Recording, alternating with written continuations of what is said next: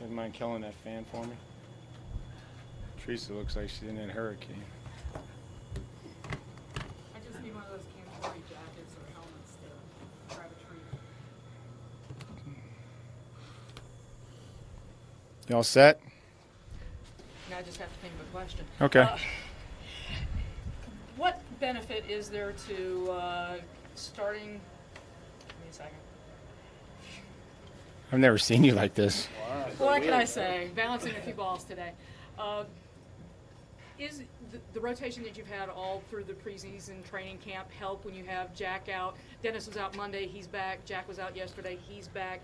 Does that help when you have guys maybe going out in and out for different reasons? Yeah, we're just trying to rotate those guys every day to see who's out. No, I mean, I think that's going to be part of that's what happens. That's pro football.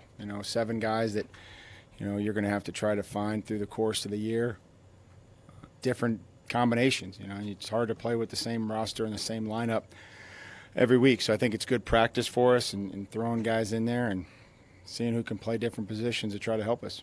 How confident are you and Arthur and the offensive players to collectively run a clean operation this week in and out of the huddle quickly? Very, very confident.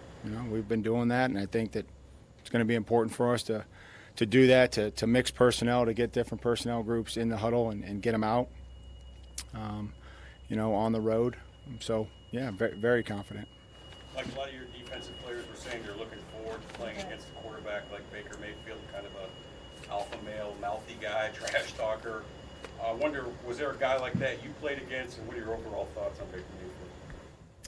I can't really remember, about who I played against. I think the important thing is that we are playing against Baker, and that's the only challenge this week is the Browns, and he'll be the quarterback with a really good group of skilled players, and I'm sure he's excited to be able to use all those guys. So it's a big challenge. It's a quarterback that can do a lot of different things, and talked about it yesterday, his skill set.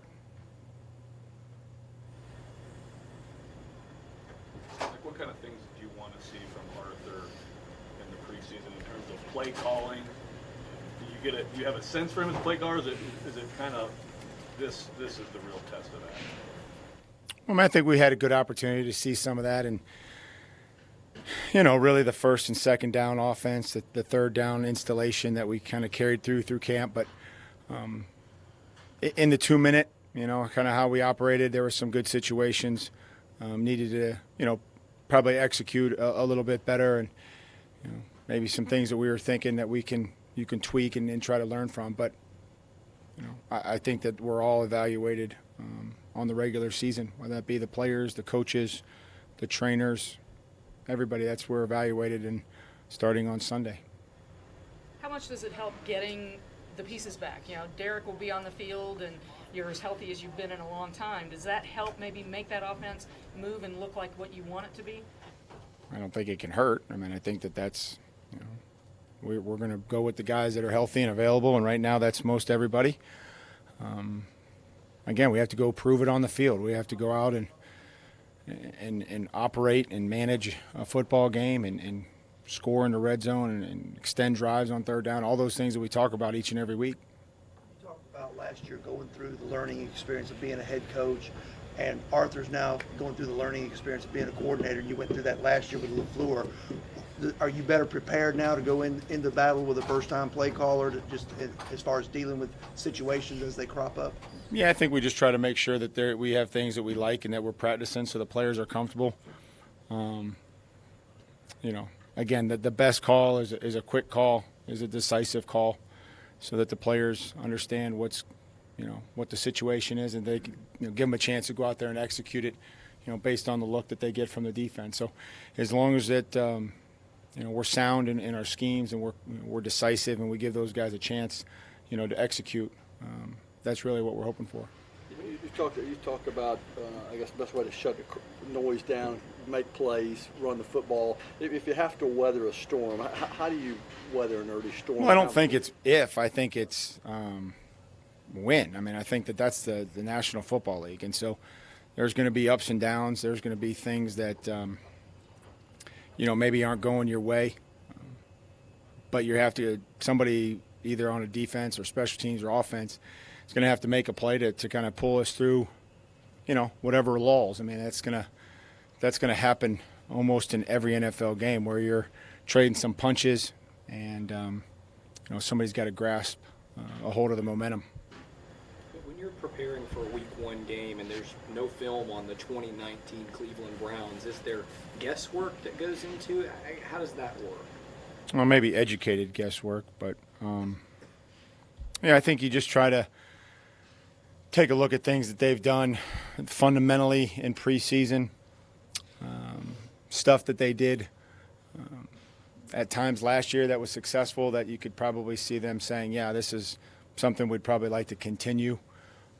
Defensively, you have some of the same players. I would say majority of the same players on defense. They've added some pieces, and then you have to look at what they did in preseason and obviously what their coordinator's history is. Would you prefer to play a team like that earlier in the year before they kind of have time to get their feet under I play them wherever they tell us to play them and who to play. That's kind of our operation. As opposed to a preference, we play whoever's on our schedule the next game up.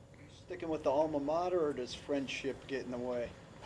I think it's hard. The Cleveland reporters asked me about that, and I said, first and foremost, I'm a BC fan on Saturdays. But, it's hard to root against the best man in your wedding. So I don't know if they can end in a tie, but that would probably be best for everybody. Your family grow up Browns fans? Yeah, we grew up Browns fan. You have any memories yourself being a Browns fan growing up? Your buddies would bet you how many dog biscuits you could eat and stuff like that in the 6th grade. And, not too many places you can get away with wearing orange sweatpants other than Northeast Ohio. Did you ever have a dog biscuit bet? I might have eaten a few dog biscuits in my day. What's the record? I think they said they actually have like cat hair in them or something. I think somebody told us that after the fact. And then you're like, yeah, that kind of makes sense. I think that was a cat hair in there. Any John Elway memories? Those aren't very good memories. Those are nightmares that, just that's a lot of years ago.